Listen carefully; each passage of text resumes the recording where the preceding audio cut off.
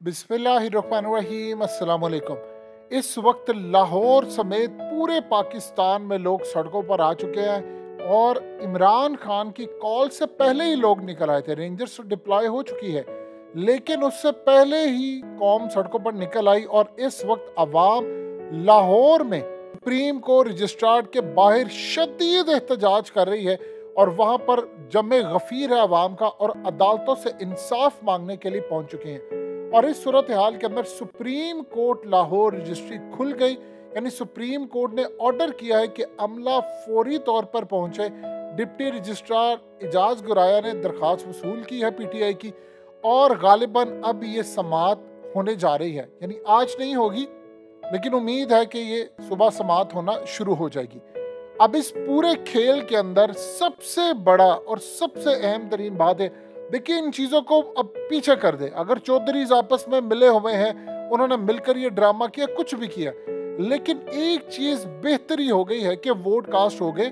और देखिए इस वक्त आप इत्तेजाज हसन को उन्होंने ओपनली आकर कहा है कि क्लियर वायलेशन है, ये तो आइन के अंदर लिखा ही नहीं हुआ। उन्होंने कहा ये जो 63 है, चौधरी शुजात तो पार्लिमानी लीडर मौजूद ही नहीं है, तो उसका तो बनता ही नहीं है, यानी उसका जो खत आ गया फलाना आ गया। और ये भी अभी तक सबको जब पता चलेगा तो लोगों के रोंगटे खड़े होंगे कि खत असल में भेजा किसने था।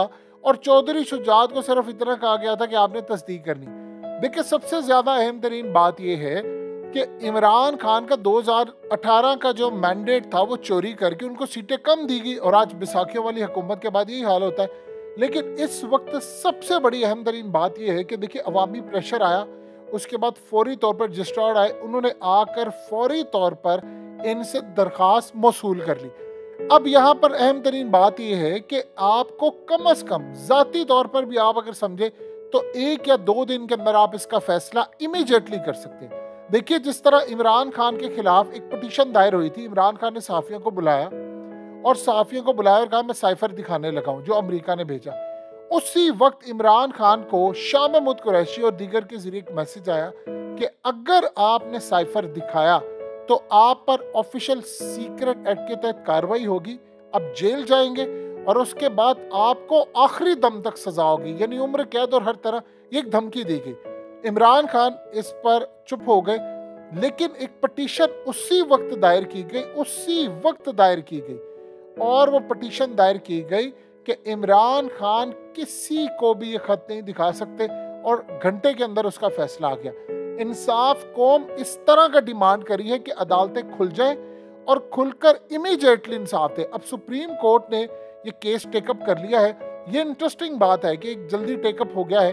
होना ये चाहिए था कि ये केस जिस टाइम, मिसाल के तौर पर देखिए 2 सूरत हाल थी, इनको पता था होने जा रहा। अगर हकीकत टीवी ने आपको फैसले से पहले ट्वीट करके ये बात बता दी थी और आपको कहा था कि ये मजारी फौरी तौर पर इसको पैगाम दिया गया है कि तुमने काफली के वोट रिजेक्ट करने, अगर हकीकत टीवी को ये बात पता थी, आप लोगों को बता दी, तो क्या आपको लगता है कि बाकियों को बात नहीं पता थी?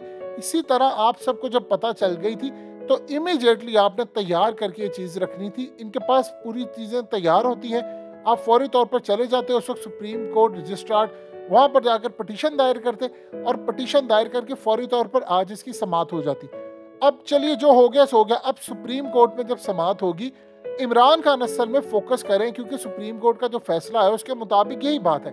अब यहाँ पर जो सूरत हाल तो बड़ी अजीबोगरीब हो जाती है कि यानी आप ये देख लें कि अगर वहां पर जाकर सुप्रीम कोर्ट इसको 2 दिन 3 दिन 4 दिन 5 दिन इसको उड़ा देती, इसने उड़ाना ही उड़ाना है। आप गौर कीजिए, अवाम सारी सड़कों पर इस वक्त निकल गई है। जो हार रहे हैं या जो हार चुके हैं वो सड़कों पर हैं, वो जोश से निकले, जो गालियां वहां दे रहे हैं लोग और जिनका नाम ले ले कर लोग गालियां दे रहे हैं, कभी कुकड़ी हाय, कभी हमजा शहबाज को और दीगर लोगों को जो गालियां दे रहे हैं, वो तो नशर भी नहीं की जा सकती। यानी हर एक बंदे का पाकिस्तान में नाम लेकर गालियां दी जा रही है और सबको पता है किसका नाम लिया जा रहा है। अब यहाँ पर जो सूरत हाल पैदा हुई है कि जीतने वाले गायब हैं, ये पाकिस्तान में पहली मर्तबा हुआ है। देखिए हमजा शहबाज अपनी हुकूमत बचाने की कोशिश नहीं वो बंदा कर रहा था, क्योंकि जिस तरह की हुकूमत थी, ना शहबाज शरीफ खुश है ना हमजा खुश है, उन्होंने अपनी हुकूमत बचाने की कोशिश ही नहीं की। क्योंकि बार बार आज आप देख लें कि साद रफीक ने भी ओपनली ये बात कही थी। उस बंदे ने कहा कि देखिए हालात इतने ज़्यादा ख़राब थे कि हमने 140 से हमें 250 का पेट्रोल महंगा करवाया गया और फिर हमें ज़िमनी इंतखाबात में धकेल दिया गया। अब आपको समझ आ रही है कि 19 सीटें इमरान खान जीत रहे थे, क्यों 4 सीटें उनकी कम की गई, 15 पर लाया गया।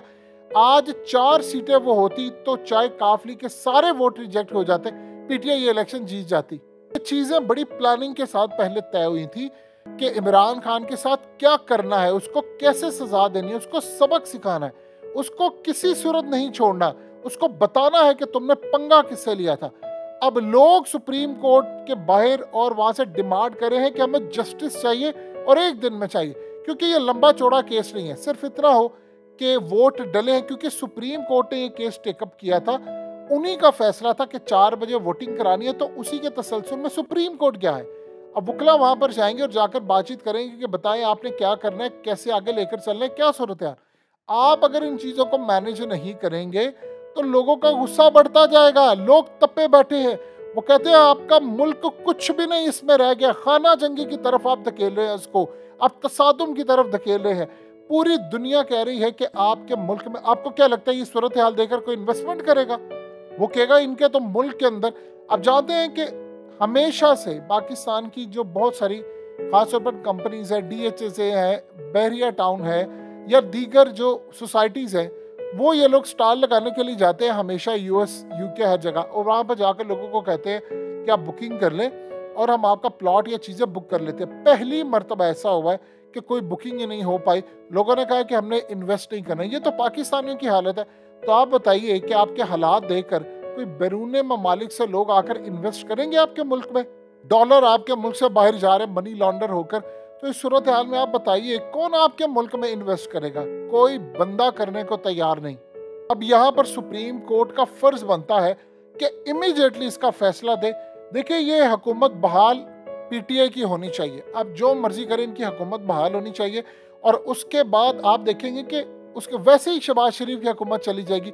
लेकिन यहाँ पर आप देख लें कि नजम सेठी ये बात भी कह रहा है, उसने ओपनली ये बात की, उसने कहा जी 6 महीने तो बड़ी दूर की बात है, 6 हफ्तों के अंदर निगरान सेटअप आ जाएगा, और निगरान सेटअप आएगा और अगर कोई तैनाती नए आर्मी चीफ की करनी है तो वो निगरान हुकूमत कर लेगी और सुप्रीम कोर्ट से इजाज़त तलब कर ली जाएगी अगर लेट हो जाता है मामला। अब आप सोचिए कि इस वक्त मुल्क के अंदर ये सूरत हाल पैदा हो रही है, यानी आपके मुल्क का बहरान बढ़ता जा रहा है। अगर इमरान खान की हुकूमत ना गिराई जाती तो आज आपके मुल्क के अंदर, अब आप देख लीजिएगा, बहरान बढ़ेगा, ये सड़कों पर रहेंगे, मजीद डॉलर का रेट गिरेगा, मजीद चीज़ें ख़राब होंगी, और उसके बाद हम इस लेवल पर आ जाएंगे कि जहाँ पर हम पेमेंट नहीं कर सकेंगे। आपके मुल्क की सिक्योरिटी दाव पर लग चुकी है, आपको IMF कंट्रोल कर रहा है, सिक्योरिटी आपकी कंट्रोल कर रहा है। लिहाजा इस सूरत हाल में लोग सुप्रीम कोर्ट से इंसाफ मांगने आ गए हैं कि हमें इंसाफ चाहिए।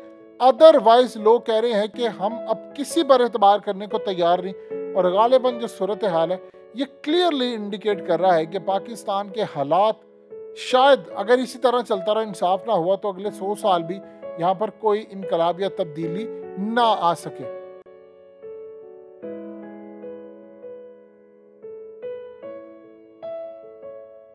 हकीकत टीवी को सब्सक्राइब करना मत भूलें, वीडियो को लाइक करें, शेयर करें और कमेंट सेक्शन में अपनी राय का इजहार ज़रूर करें।